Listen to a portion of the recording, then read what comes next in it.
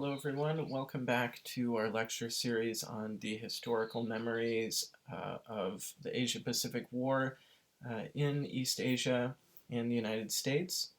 And up until this point, we've been talking about large trends in historical memories of the war and how memories have changed over time in response to various geopolitical and socio-historical events. And today, I want to switch the focus a little bit and look instead at the micro level, and specifically at an example of two diaries and narrative accounts of two people in Japan who experienced the Asia-Pacific War. One of them his name is Saotome Katsumoto, and he was a child when he experienced the war, and specifically he experienced the Tokyo air raids, and the largest Tokyo air raid on March 10th, 1945.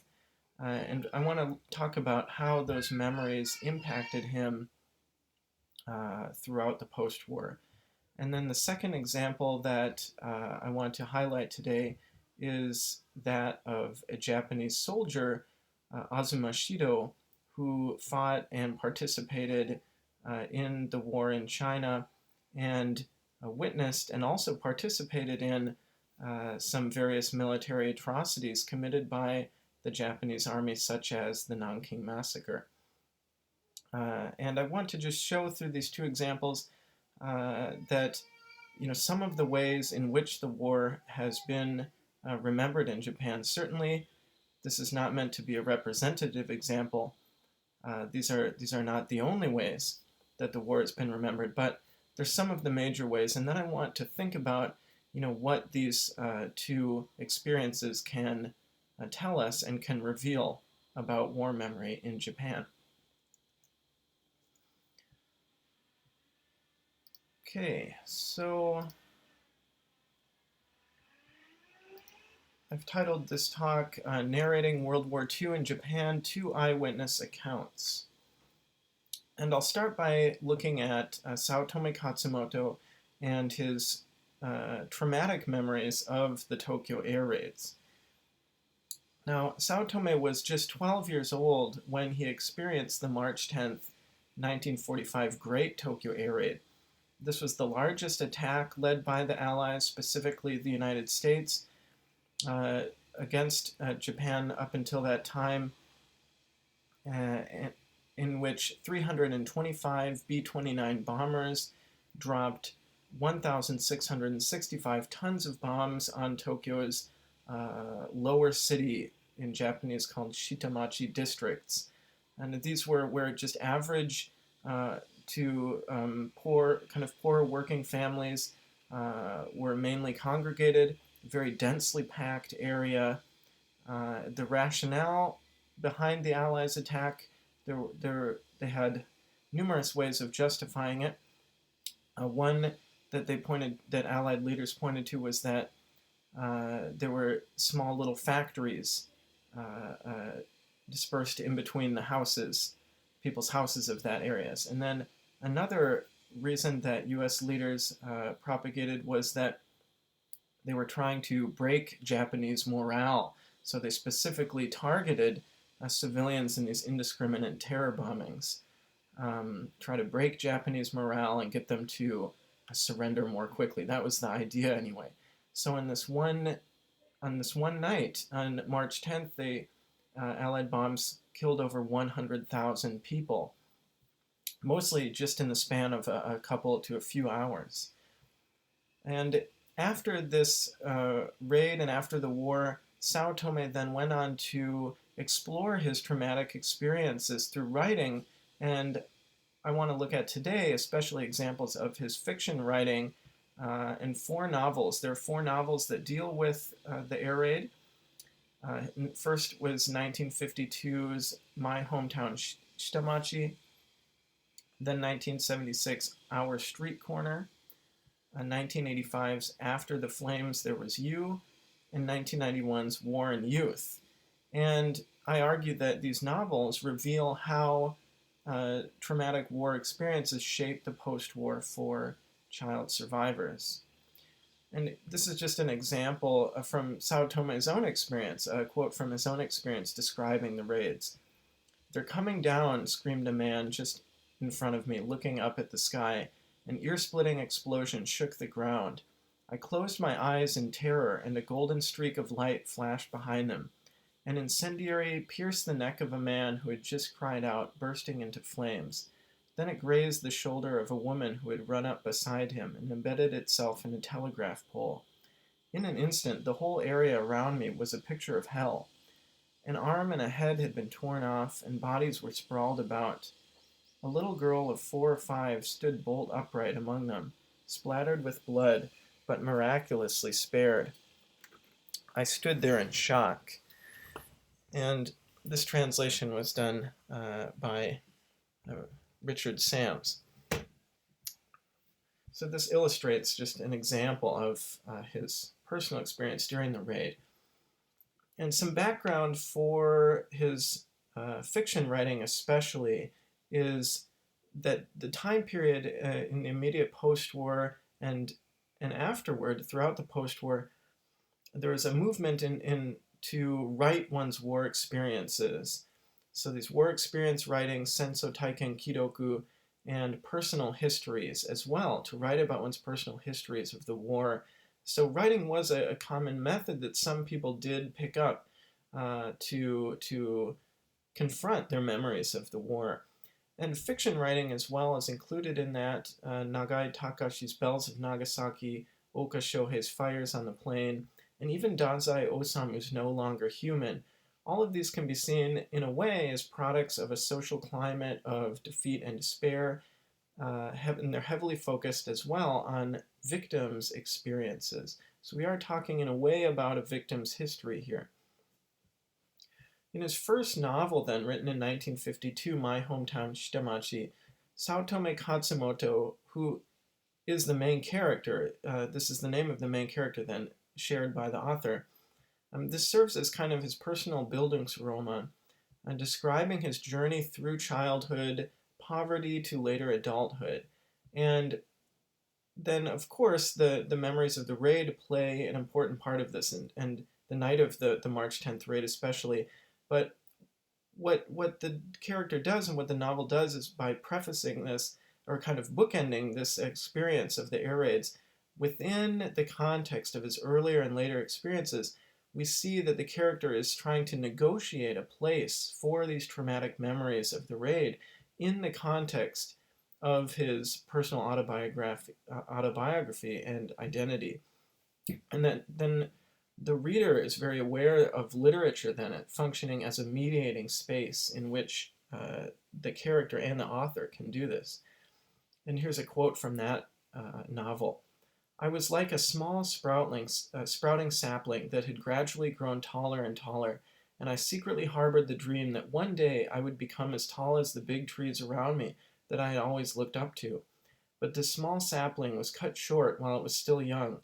Now I must suppress the pain that wells up in my chest and write about how this happened."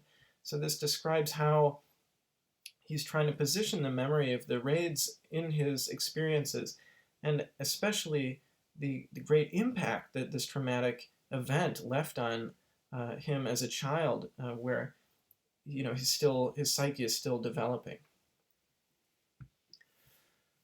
Then Saotome next went on to write Our Street Corner some decades later. And the background for this was that in 1971, Saotome had been interviewing many other survivors of the raid in order to write his work that came out that year, The Great Tokyo Air Raid. And this is a nonfiction work, and it's centered around other survivors' experiences and their personal accounts.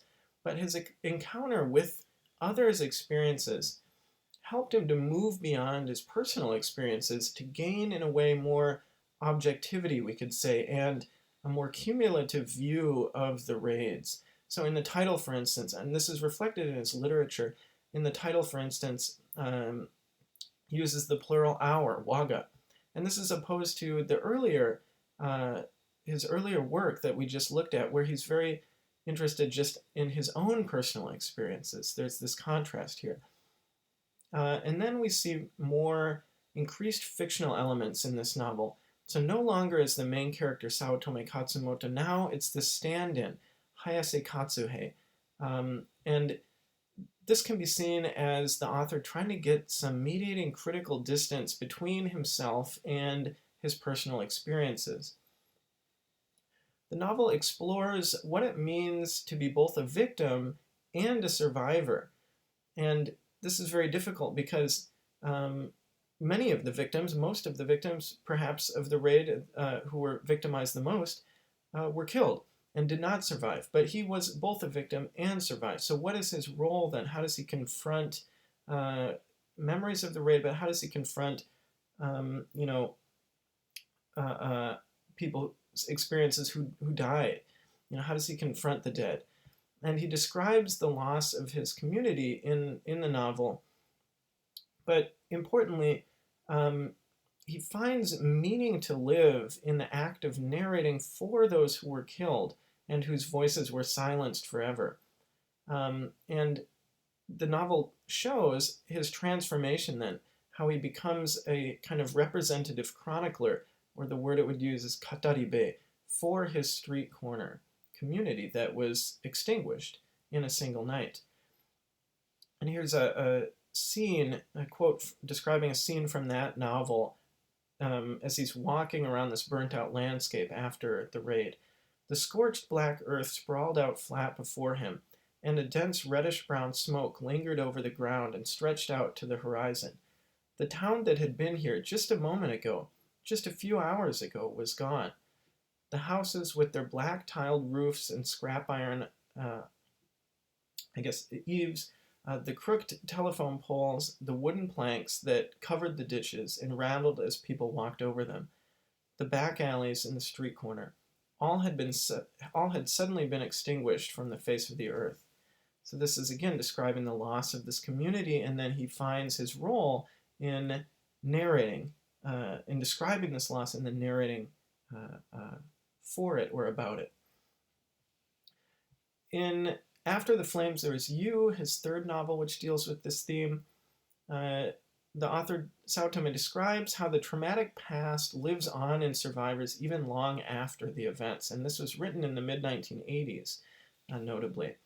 In this story, narrative acts as a barrier protecting the traumatic past from overwhelming the present for the characters. So, once again, the main character is Hayase Katsuhei. In this story now, he has children who are teenagers.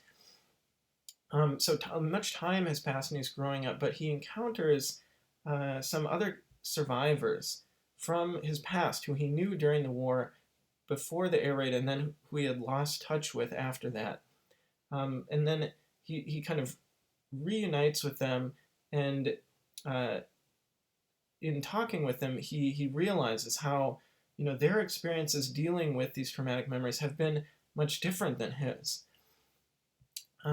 And one of the key differences that Hayase Katsuhei, then has been able to narrate, and this kind of helps him to live through his trauma, or to understand his trauma, and to place these memories in the context of his broader biographical identity. However, the others that he encounters, two characters especially, struggle to narrate and are eventually overwhelmed by the past. An interesting idea that is brought forth in this novel is the idea of forgetting memories of the raids as a kind of second death. And this, especially then for the narrator, reinforces this idea of his duty to speak for those who were killed. And then finally, Saotome's 1991 War and Youth. And this novel, I argue, is an analogy for the relationship between the wartime and post-war generations. And it's reenacted through a mini-drama between the main characters, who one is a young high school girl named Yukari, and then the other is her father, Yuta, who is a survivor of the March 10th raid.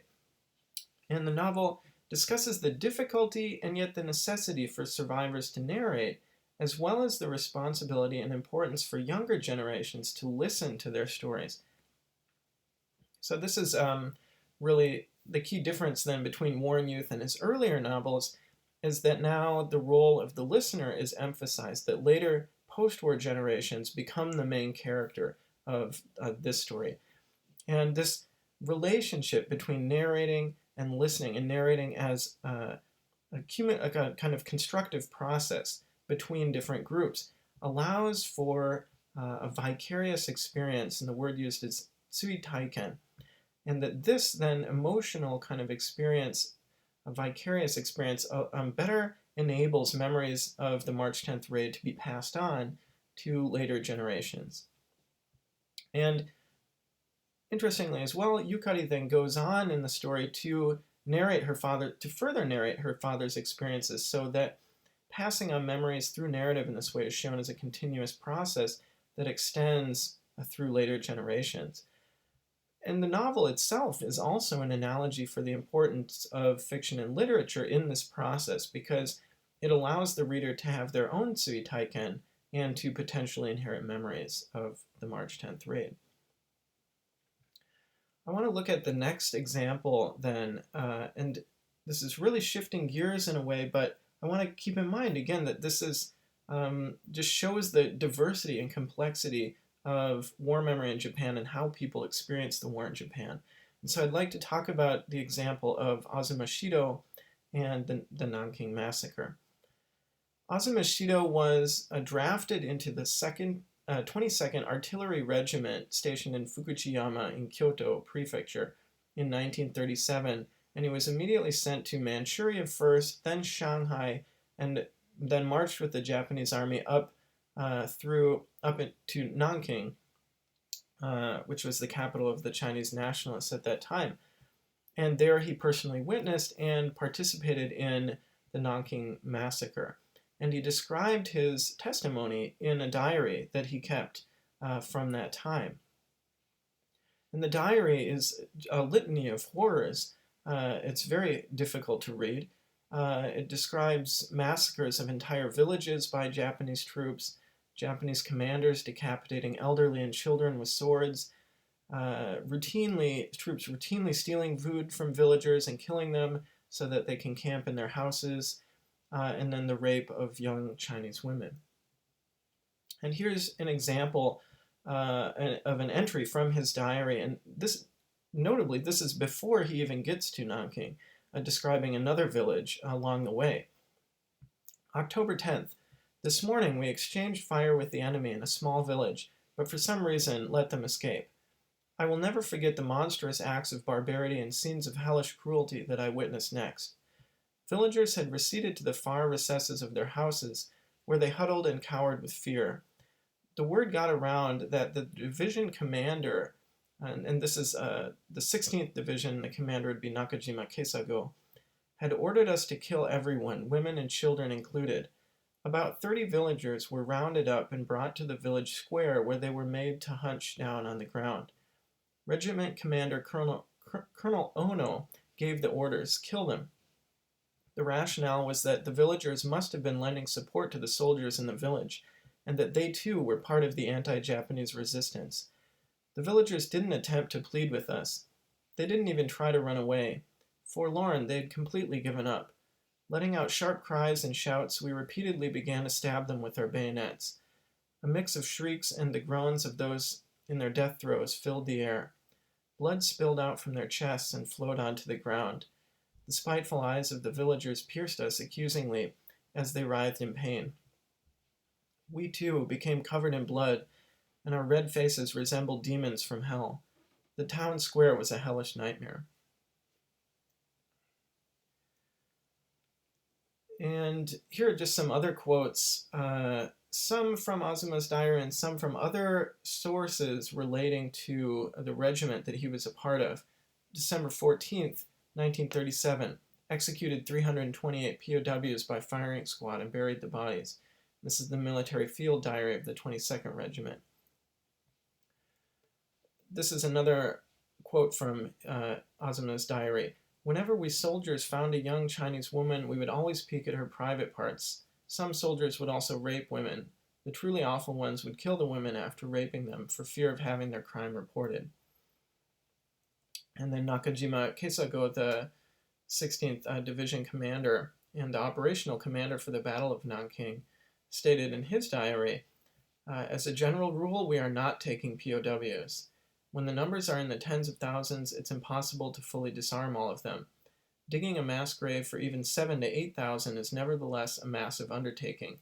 Thus, the plan is to execute the POWs in groups of 1 to 200.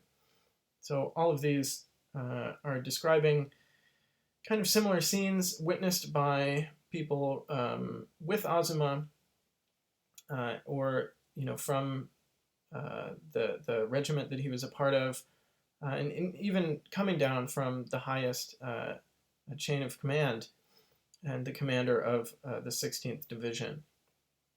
So all of these things kind of describe the same scenes and back up and reinforce Azuma's diary and his accounts. So I want to look at then the post-war kind of history of Azuma's diary, or perhaps restated, to look at how memories of the Nanking Massacre have been dealt with in post-war Japan through the lens of Azuma's diary.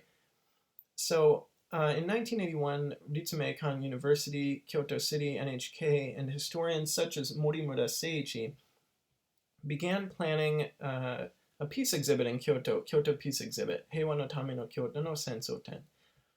And the exhibit focused on the war of invasion, so it focused on the war as invasion and aggression sides of that, focused on Japan's war crimes and responsibility, and facilitated international exchange with the Auschwitz Museum and the Holocaust Museum there. In 1984, exhibit organizers collected many former soldiers' diaries, including Azuma's, for display. And this is really where attention began to be focused on his diaries. This was picked up in national newspapers since many of these documents had never been seen before, but they were eyewitness accounts to the Nanking Massacre from Japanese soldiers. However, immediately the Japanese right wing began to attack the peace exhibit. They successfully got exhibit organizers to pull some of the diaries from being displayed, and they also launched their attacks against former Japanese soldiers like Azuma.